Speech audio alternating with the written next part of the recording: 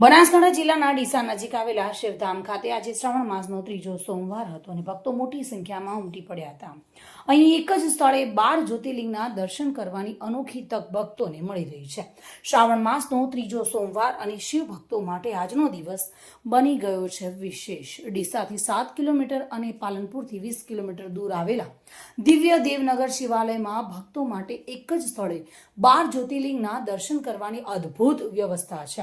શિવધામના પરિસરમાં લક્ષ્મી નારાયણ દેવ સહિત અનેક દેવી દેવતાઓના મંદિરો સ્થિત છે. 1500 દીવા પ્રગટાવીને અનોખી વ્યવસ્થા ધરાવતું આ મંદિર ભક્તોમાં વિશેષ આકર્ષણનું કેન્દ્ર છે. મંદિર પરિસરમાં આવેલી યજ્ઞશાળા અને નિષ્કલંક નાથ સંપ્રદાયના ચીપિયા મંદિર પણ અહીં આવનારા ભક્તોને આધ્યાત્મિક શાંતિનો અનુભવ કરાવે છે. બનાસકાંઠા જ નહીં પરંતુ સમગ્ર ઉત્તર ગુજરાતમાંથી ભક્તો અહીં મોટી સંખ્યામાં દર્શનાર્થે આવે છે. શ્રાવણ માસના ત્રીજા સોમવારે ભક્તો માટે એક જ સ્થળે 12 જ્યોતિર્લિંગના દર્શન કરવાની આ અનોખી તક શિવધામમાં ગુંજતા હર હર મહાદેવના નાદ સાથે આ પવિત્ર સ્થળ બની ગયું છે શ્રદ્ધા અને ભક્તિનું જીવંત પ્રતીક.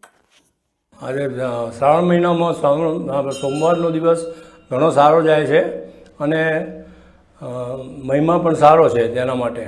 અને અહીંયા આગળ શિવધામમાં 12 લિંગ આવેલા છે અને દેવી દેવતાઓના ફોટા છે, વત્તા ઋષિઓના પણ ફોટા આવેલા છે અને દર્શનનો લાભ સારો મળે છે અને દર સોમવારે પૂજા કરવાનો આનંદ આવે છે. મને ઘણી શાંતિ. હું શ્રાવણ મહિનામાં દર સોમવારે ડીસાથી અહીંયા આવું છું અને મને આનંદ રહે છે. 2 કલાક પૂજા કરું પણ મને શાંતિ રહે છે. શિવધામ ભગવાન કી જય.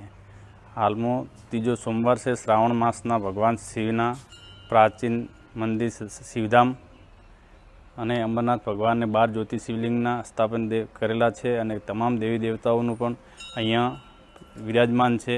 શ્રાવણ મહિનાના સોમવારના દિવસે તમામ ભક્તો, ભાવ્ય ભક્તો પણ અહીંયા આવે છે અને આવવાથી અહીંયા બધા દર્શન બીજા પણ કરવા આવે છે અને ભગવાન એમને મનોકામના પણ પૂર્ણ કરે છે.